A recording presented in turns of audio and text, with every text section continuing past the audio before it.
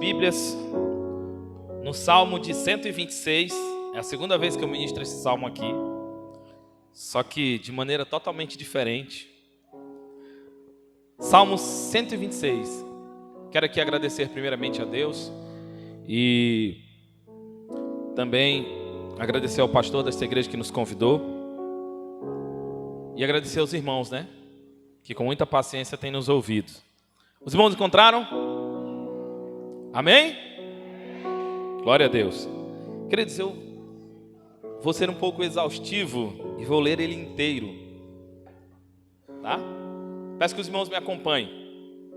Quando o Senhor trouxe do cativo os que voltaram a Sião, estávamos como os que sonham. Então a nossa boca se encheu de riso e a nossa língua de cânticos.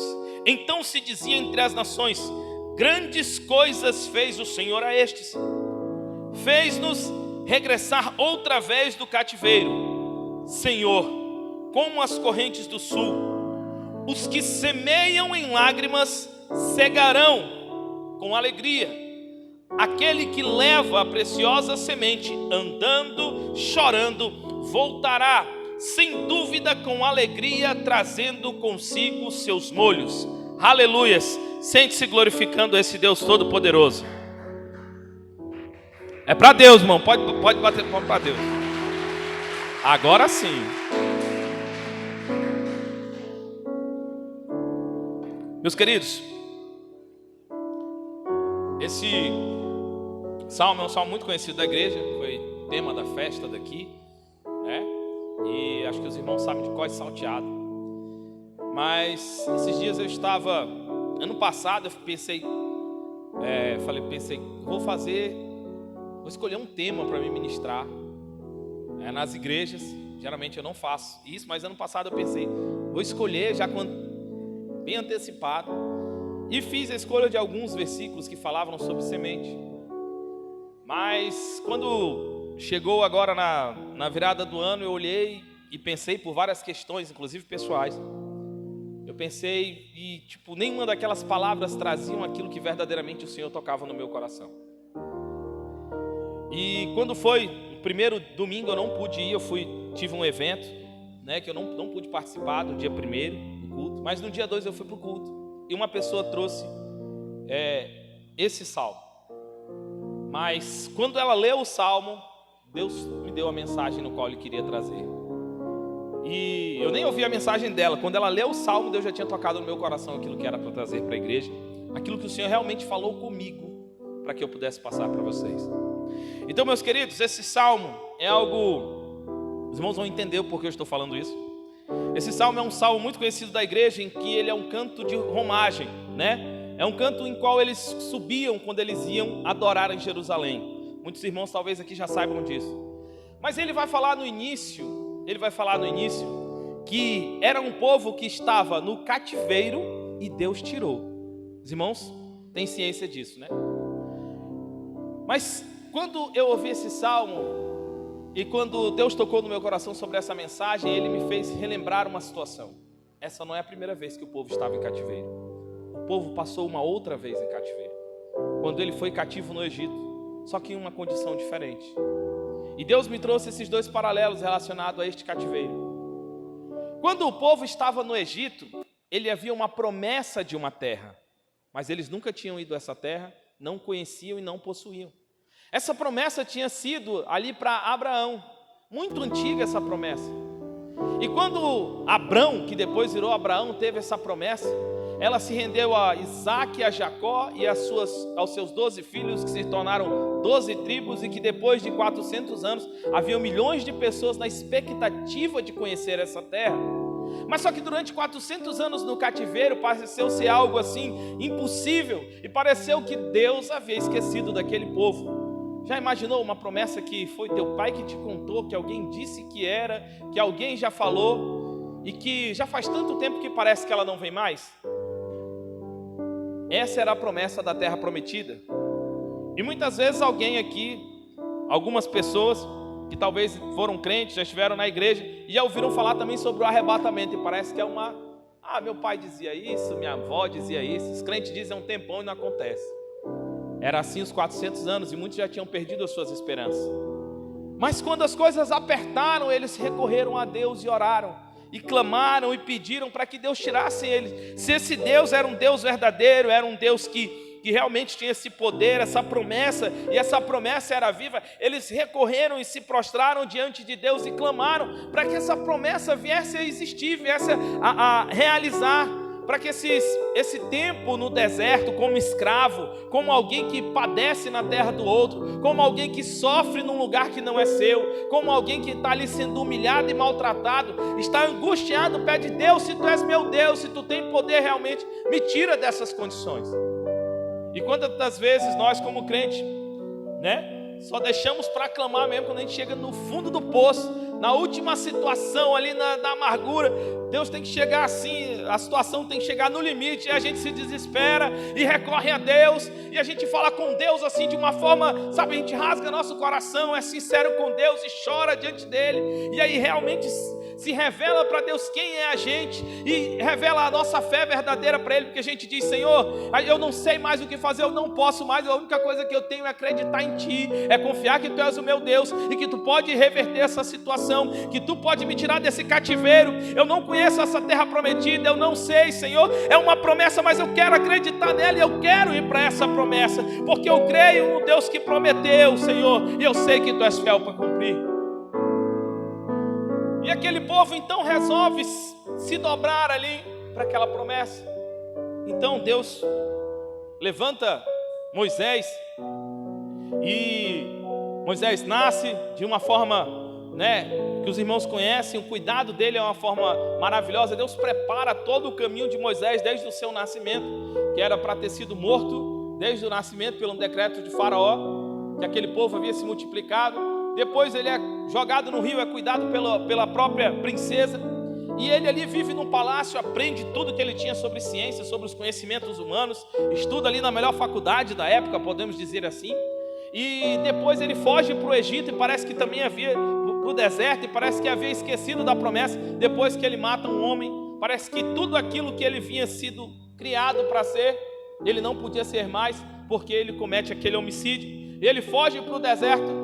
Mas ali, depois de 40 anos no deserto, Deus encontra com ele e diz: Moisés, Moisés, tira as sandálias dos teus pés, porque o lugar que pisa santo és. Não foi Moisés que foi ao encontro de Deus naquele monte, mas quando ele chega naquele monte, Deus se revela para ele e mostra o propósito da vida que ele tinha. E talvez você, quando veio na igreja a primeira vez, você foi em busca de Deus, mas não sabia o que Deus tinha para você, o que Deus tinha para te revelar para ti, para fazer algo maravilhoso na sua vida ou não. Você nem sabia o quanto Deus podia fazer na tua vida, mas a partir do momento que você dobrou o seu joelho e resolveu se voltar para Deus, Ele vai revelar coisas maravilhosas e grandes sobre a tua vida, maior do que qualquer propósito no qual tu imaginou, e coisas maravilhosas o Senhor tem para nós.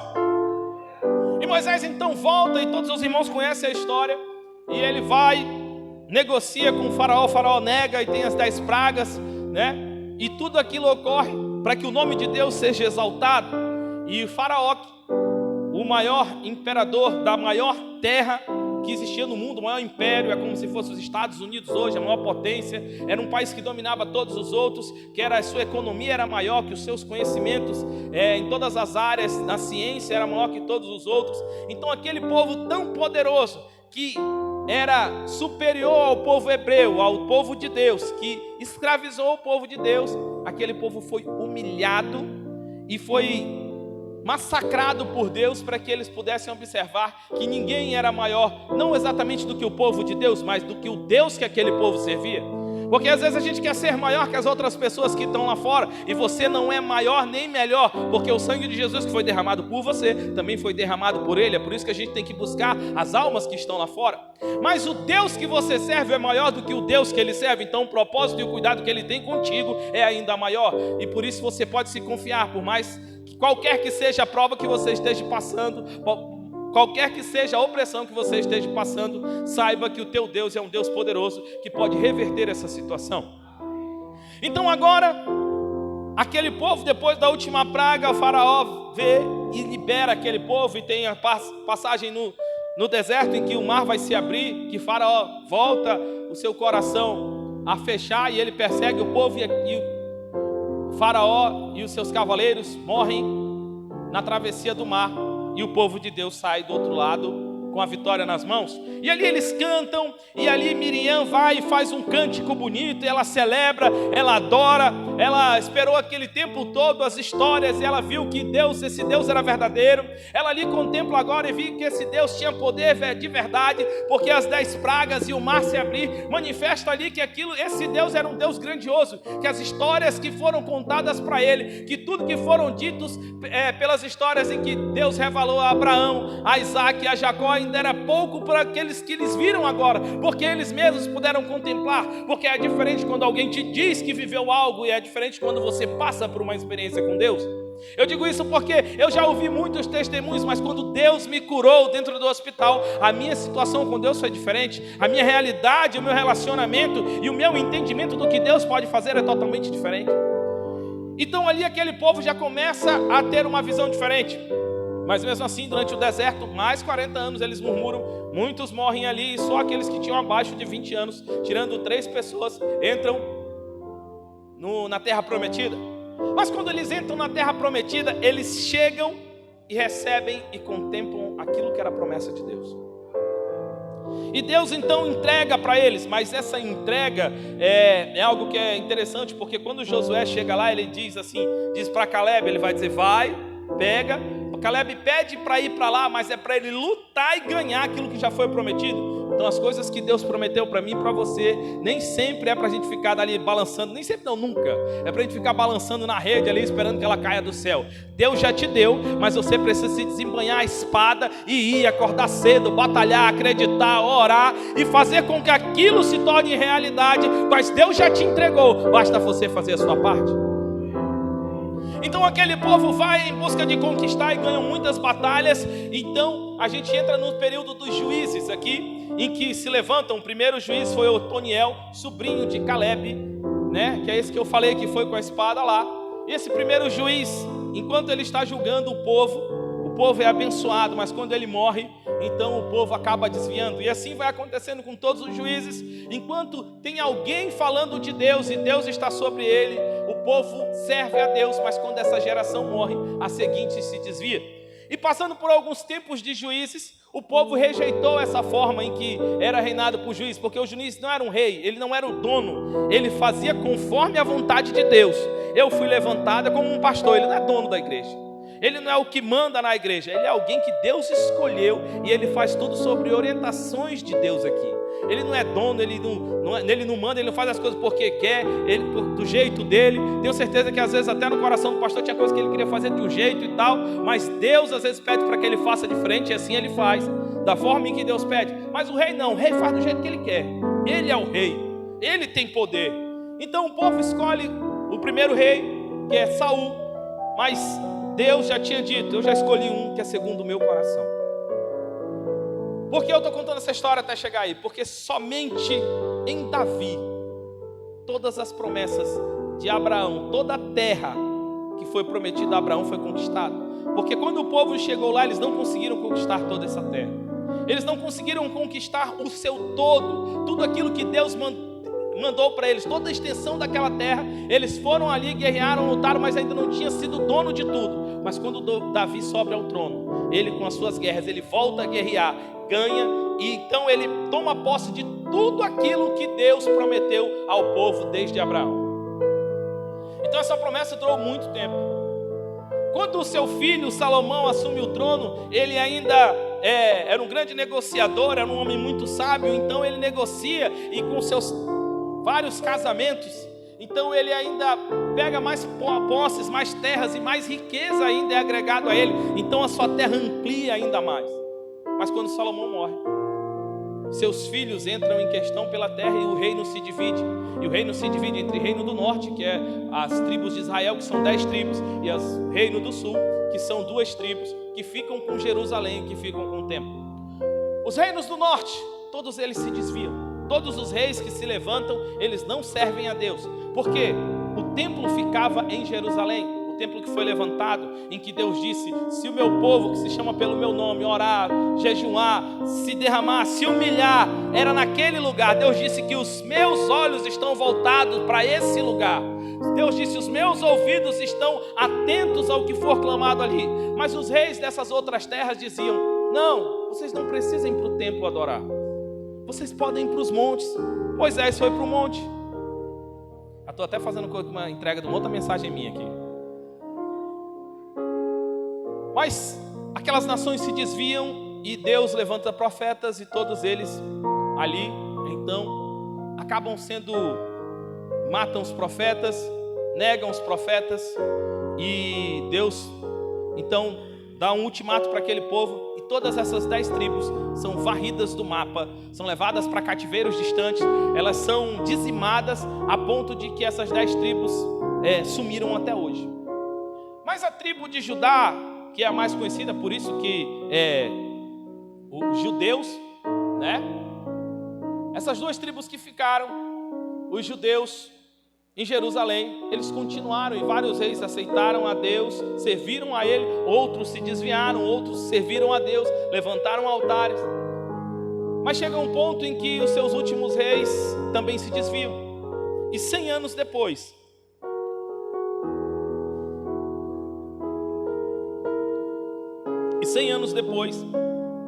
de que as 10 tribos tinham sido varridos do mapa, Deus, através de vários profetas que levantaram, inclusive um deles foi Isaías, que foi cerrado ao meio vivo,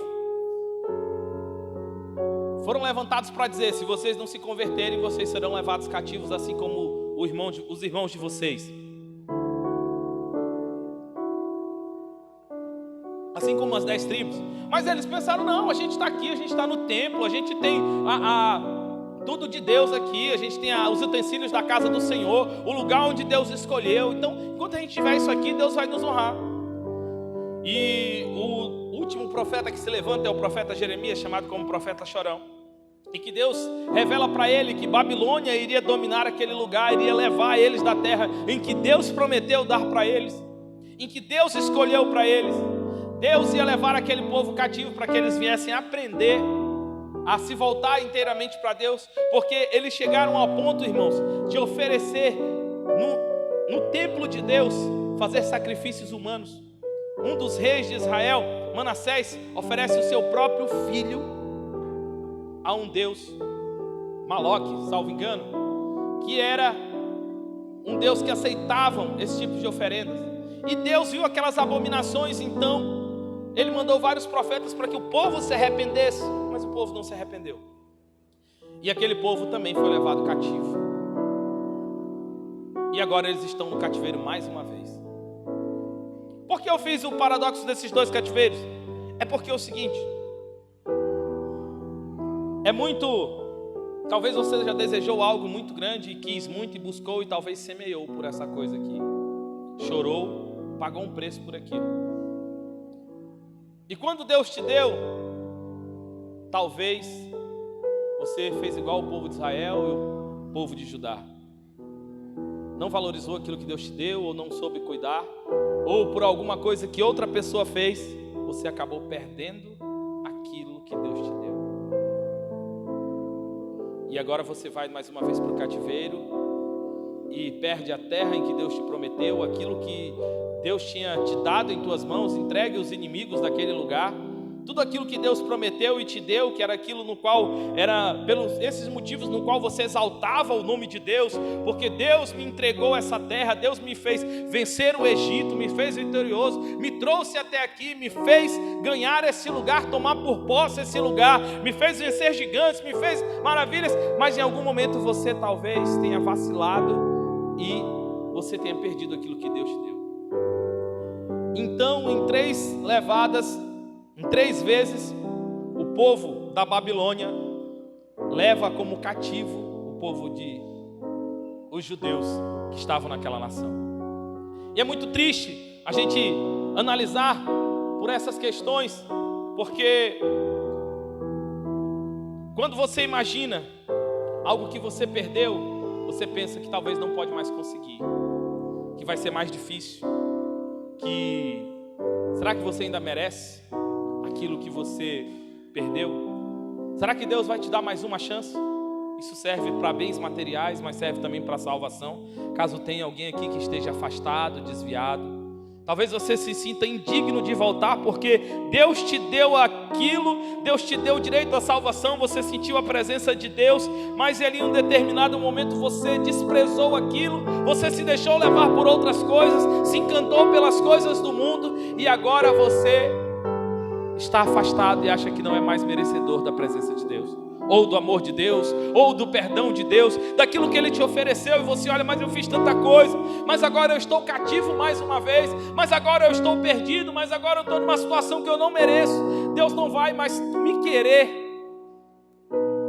E aquele povo estava no cativeiro, e algo que acontece que é muito interessante quando eles estão no cativeiro, é porque antes de ele ir para o cativeiro, quando Jeremias profetizavam para aquele povo, que eles, se não se arrependessem, eles iriam ao cativeiro, havia alguns falsos profetas que diziam, não, Deus me enviou a dizer que nós não iremos, porque Ele é o nosso Deus, nós servimos ao Deus vivo, nós estamos nesse lugar de bênção, nós estamos em Jerusalém, na cidade de Deus, na cidade de Davi, o templo construído por Ele, lugar de habitação de Deus, Ele não vai deixar que nada aconteça.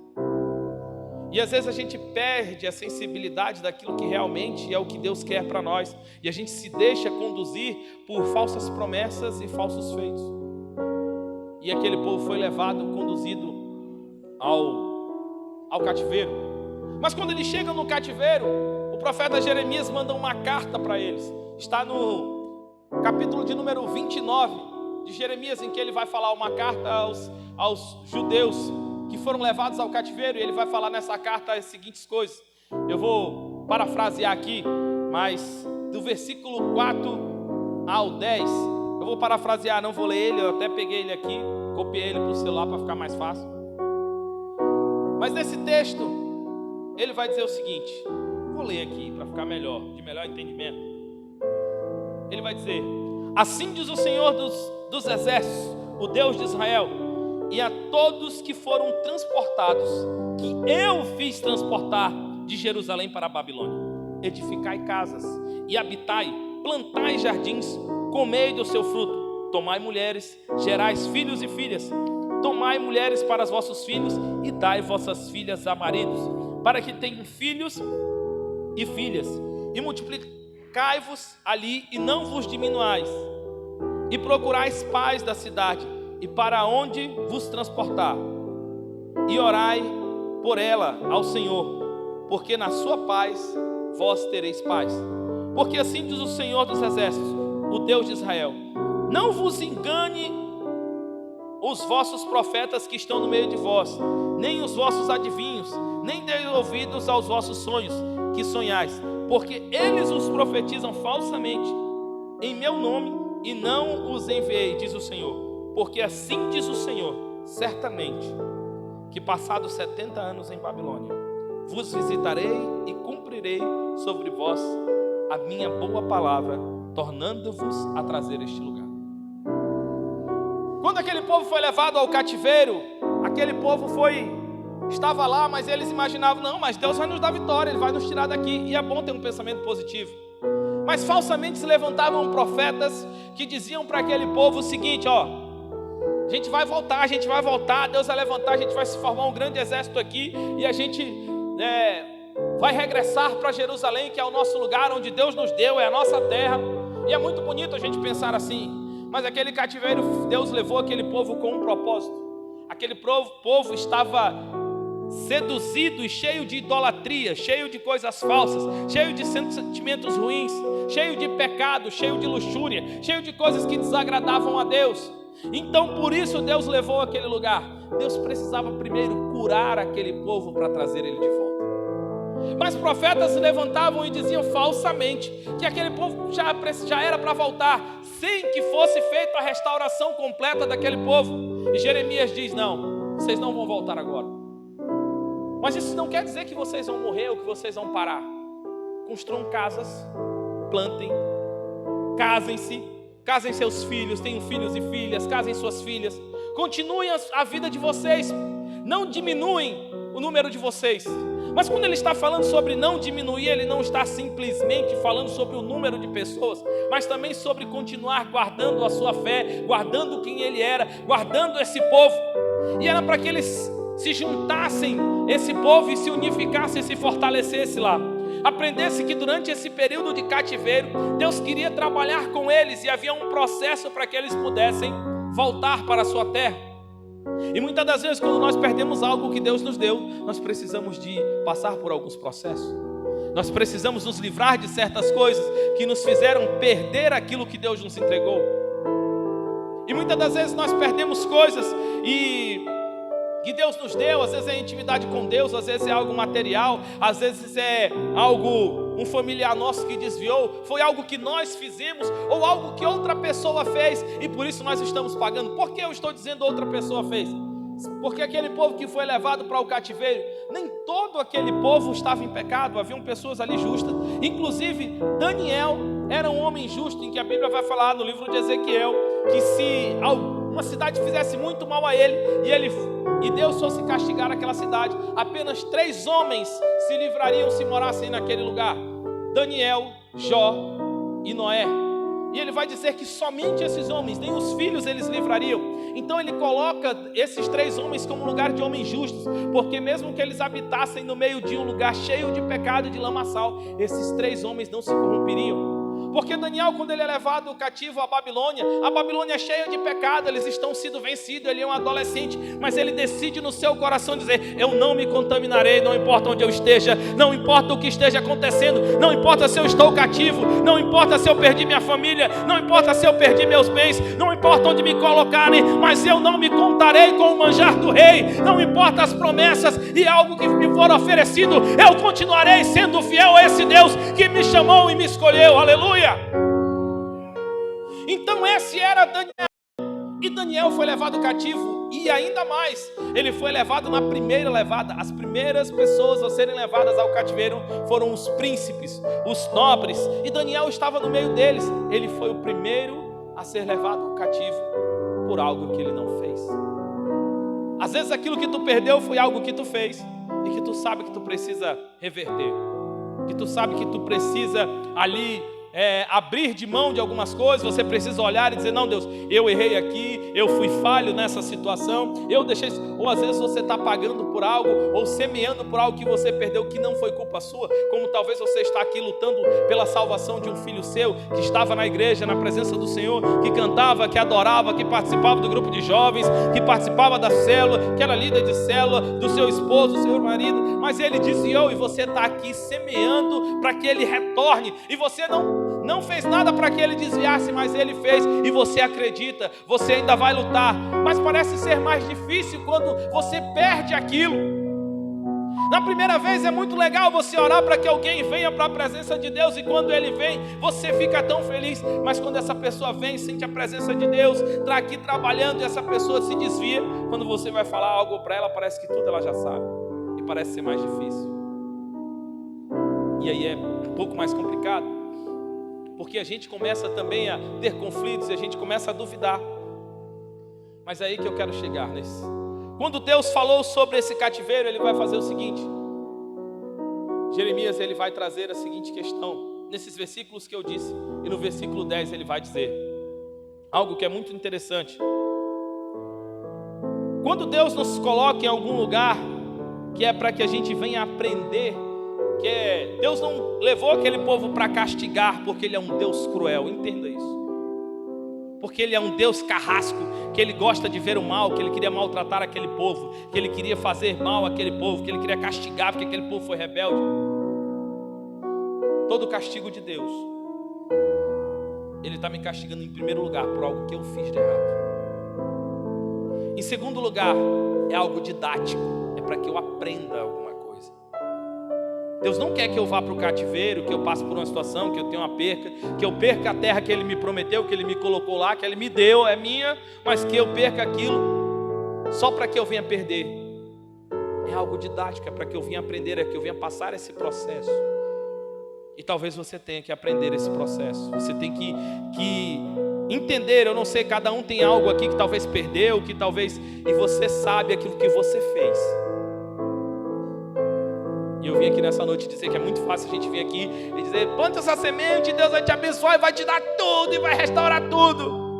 Mas se você não fizer os processos de que cada semente eu tenho que plantar, eu tenho que regar, eu tenho que colher, eu tenho que tirar as coisas que contaminam essa semente, eu tenho que tirar todas as pragas, todas as coisas que impedem. Se você não cuidar bem de uma planta, ela vai morrer. Se você não jogar água, ela vai morrer. Então às vezes era o cuidado que você não teve, você não jogou água o suficiente e ela morreu. Talvez é ali o cuidado com as pragas que você deixou que tomassem conta dessa planta. O que foi aquilo que tu perdeu para Deus? E o que foi aquilo de errado que tu fez? Mas o mais interessante que eu digo é o que ele diz: certamente que passado de 70 anos em Babilônia, vos visitarei. Sabe o que é interessante? É que aquilo que Deus escolheu para te ensinar, Ele já tem uma data final. Ele já decretou uma data, um dia, uma hora para te restaurar aquilo que foi perdido. Vocês não entenderam não, né? Deus já tem o dia para te dar essa vitória que tu está aqui pensando, imaginando. Deus já escolheu, Ele já disse: no cabo de tantos dias, Ele já tem a vitória para te dar em tuas mãos. Talvez seja a tua saúde, a saúde de alguém, porque quando a gente está bem, meu irmão, é muito top. Você não sente nada, não está tudo legal. Mas quando tem algo relacionado à saúde, minha amiga, que meu Deus, eu devia ter cuidado, eu não fazer isso e aquilo, vou comer melhor, vou não sei o que, cuidar da minha alimentação. Não vou falar aqui porque está filmando, né? Mas esse perrengue que a minha esposa passou com a vesícula, quando ela estava bem, comia pizza, comia não sei o que e tal, e depois passava um monte de dia com dor. Ainda bem que Deus arrancou logo aquela vesícula. Mas ela passou muita situação complicada, irmão. Mas ela, quando estava bem, ela comia pizza, comia sanduíche, comia tudo que não essas coisas bem gordurosas que fazem mal. E ela comia e passava mal, irmão. Ela chorava a noite inteira. Eu falava: pede mais. Sabe? Nos últimos dias antes dela fazer a cirurgia, eu padeci bastante com ela. Eu sofri, porque foi muito doloroso ver ela sofrendo, né? Mas ela passou por muitas situações ruins. Mas quando ela estava boa, eu pedi uma pizza, um sanduíche, não sei o que. Eu olhava assim: meu Deus. Ô Senhor, eu até baguncei uma vez. Senhor, já prepara outra esposa, que essa aqui não quer mais viver não. Tomara que ela não veja essa filmagem. Então... Mas às vezes a gente, irmãos, mesmo tendo consciência daquilo que Deus não quer que a gente faça, a gente faz de errado. E a gente precisa aprender. Quando eu digo isso, eu digo relacionado, e esse é o tal motivo por qual essa mensagem tem mais a ver comigo. Em todas as vezes que eu ministrei, desde que eu estou aqui no ministério, que eu ministrei na semeadura, Deus me deu muitas coisas, mas eu nunca contei elas, porque eu me prendo muito à palavra de Deus sobre a semeadura, e eu acabo esquecendo de contar. E Deus me deu muitas coisas. Deus já me deu faculdade, Deus já me deu de graça, Deus já me deu carro, Deus já me deu algumas coisas. E algumas delas eu perdi. Essa que é a verdade. E nessa vez, quando eu estava no culto, eu falei: meu Deus, o que eu vou pregar? Porque eu não tenho nada para dizer. Mesmo que das outras vezes eu nunca tinha contado nada, mas eu tinha ganhado.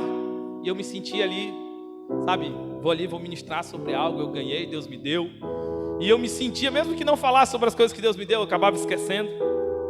Mas agora algumas coisas que eu perdi, inclusive é o carro, que estou andando com uma moto aí com meus meninos tudo pendurado. Mas é a questão do processo. Eu sei que o desleixo foi meu. E a culpa não é de nenhuma outra pessoa. Satanás se levantou! Não. A gente tem que olhar e dizer assim: esse erro foi meu. E eu tenho que restaurar. Só que enquanto isso, eu só tenho essa motinha aí. Eu vou deixar de ir pro culto com ela? Ah não, mas eu só tenho a motinha em dia de chuva e não sei o que, o menino não pode pegar resfriado. Ei, Deus me deu essa motinha. Será que Ele quer? Será que eu vou deixar Ele me tirar a motinha também? Às vezes a gente tem alguma coisa. Deus me deu várias coisas esse ano também. Deus realizou o sonho do meu filho, que era de andar de avião. E a gente viajou para São Paulo. O destino que era ruim, que eu fui visitar minha sogra, né? Mas Deus me deu algumas coisas. Inclusive a gente semeava muito pela cura dessa vesícula da minha esposa, e ela fez a cirurgia, foi gratuito lá, acho que os irmãos acompanharam no grupo lá, sabe como foi um milagre de Deus, né? E entre outras coisas que Deus me fez, mas coisas materiais, a gente estava num vácuo. E eu fiquei, cara, o que eu vou pregar lá? Eu estou igual o povo lá no meio do cativeiro. Mas a grande verdade é que aquele povo passou 70 anos.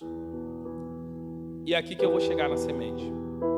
Quando ele fala da semente, ele vai falar uma semente que é plantada com lágrimas. É uma semente que é cegada. A gente vai voltar, cegarão com alegria. É um futuro. Ele está falando aqui, aquele que semeia com lágrima, voltará com ela. É algo que vai acontecer no futuro. Então ele está te dando uma esperança para mim e para você. Você tinha aquilo, você talvez perdeu. E agora parece estar mais difícil. E você está chorando por ela. Mas você vai semear ela e vai voltar. É isso que a palavra diz. Mas só que esses 70 anos são longos. Aqueles primeiros homens que ministraram ali, que falaram, aqueles profetas que se levantam, Deus vai levantar e a gente vai voltar, e Deus vai fazer, sabe aquela coisa? Anima o coração e dá aquela alegria. Mas os anos vão se passando, algumas coisas vão acontecendo, e muitos vão desanimando, muitos vão desacreditando da promessa. Porque aquela profecia falsa ali, sabe, para nos animar, para nos jogar uma falsa esperança, para não guardar a verdadeira fé e simplesmente que esse que é o grande diferencial. Aqueles que estavam ali naquelas promessas falsas estavam se deixando levar por aquilo que era prometido e não por aquele que prometeu. Há uma grande diferença. Às vezes você quer muito uma coisa e quer aquela coisa. Você até não se importa tanto com Deus que te promete. E você não se submete àquilo que Deus quer que você se submeta. Então aquele povo, eles ouviram profecias e foram se acomodando, foram esquecendo e foram deixando para lá, já não foram se importando. E muitos deles já não quiseram mais voltar. E quando o cabo de 70 anos, somente aqueles que verdadeiramente guardaram a fé e acreditaram e tinham um desejo verdadeiro de voltar para Jerusalém, somente aqueles, quando acabou esses 70 anos, resolveram voltar e retornar. Mas esse retorno realmente parecia ser complicado. Esse período no deserto parecia ser no cativeiro parecia ser complicado. Porque imagina você estar vivendo no cativeiro e se passa alguns anos e passa algumas situações e as pessoas olham assim, mas cara, deixa isso para lá, você ainda acredita que nós vamos voltar? E aí, irmã, você ainda acredita que esse seu filho aí que está fazendo parada errada ainda vai voltar? Isso aí já tem jeito não. Veio para a igreja, foi e voltou um monte de vez, rapaz, e não tem jeito mais não. Você acha que aquele bem que você perdeu, aquela casa, aquele carro, aquilo que Deus te entregou e você perdeu, você acha que Deus vai te dar de novo? Tu não merece não, rapaz. E com certeza o desânimo de algumas pessoas faziam com que os outros se desanimassem. E palavras dessas começavam a... E é bem mais difícil você manter a fé quando várias pessoas ao seu lado começam a duvidar. E as pessoas que eram para estar caminhando junto com você, às vezes elas são as primeiras a olhar para o lado e dizer, não, isso aí não vai mais dar certo. E você começa a caminhar e dizer assim, mas eu sinto saudade de casa. Eu acredito ainda no Deus que me prometeu. Porque Deus prometeu para o povo, e eles passaram 400 anos e eles tiveram a bênção. Eu sei que eu perdi, eu sei que eu não fui fiel, eu sei que eu fiz alguma coisa, ou eu vim para cá, perdi isso por culpa de uma outra pessoa, mas eu acredito ainda que Deus pode restaurar. E eles semearam a semente com lágrimas, foi uma semente de fé. Durante 70 anos, acreditar no impossível, acreditar na restauração. Foi uma semente em que eles tiveram que depositar toda a sua fé. Porque tudo dizia o contrário para eles, que eles não voltariam mais. O tempo já havia se passado, muitos já haviam se esquecido. Será que você tem essa semente da fé aí essa noite? Será que você consegue acreditar que esse Deus que tu serve é um Deus que restaura? Talvez tenha sido seu casamento que está tão bagunçado, ou que já está separado, seu esposo já está fora, sua mulher já está fora, a vida está bagunçada, e às vezes foi alguma coisa que você fez, ou foi alguma coisa que o outro fez, e você está lutando por esse casamento e parece que não tem mais solução. E as pessoas, rapaz, já procura outro, já segue tua vida e vai embora. E Deus que restaura ainda está aqui dizendo, ei, acredita, continua com essa semente de fé. E aquele povo então resolveu voltar. Mas sabe qual era a grande dificuldade de eu voltar? É porque quando aquele povo vai voltar, quando sai o decreto, então aquele povo fica feliz. Muitos já dizem, não, já construí casas, já criei comércio, já vou ficar por aqui mesmo, já não preciso mais voltar. E por isso que muitas pessoas não vão entender o propósito, por isso que nem todo mundo é vitorioso, nem todo mundo vence. A vitória Deus deu para todo o povo podia voltar, mas nem todo mundo queria pagar o preço, nem todo mundo queria voltar. E só aquele que acreditar, é por isso que eu digo, e só aquele que estiver disposto, porque sabe qual é a grande dificuldade? A cidade estava destruída, os muros estavam caídos, o templo estava arrasado e não tinha nada lá. Eles não estavam voltando para casa, lugar conforto, igual quando você está dias viajando e quer chegar em casa, deitar no ar, usar seu banheiro, que é bem confortante usar o próprio banheiro. Mas não, eles iam para uma terra arrasada e destruída. Mas essa era a terra deles. Só quem tinha coragem de reconstruir é que voltou. E às vezes quando Deus te dá essa bênção, você vai ter que ainda reconstruir. E essa é a semente da perseverança, sabe? Da dedicação. E são sementes que a gente chora por ela. São sementes que a gente vai semeando ela em lágrimas, sabe? Em que tudo parece ser mais difícil. Teve umas outras histórias relacionadas a esse texto em que o rei se levanta, proíbe a construção e volta. Os irmãos procurarem um pouco, é bem interessante essa história. E aquele povo padece e sofre muito. Mas um dia eles reconstroem o templo. E aqueles povos choram e olham e dizem, nossa, esse templo é... O outro era tão mais bonito.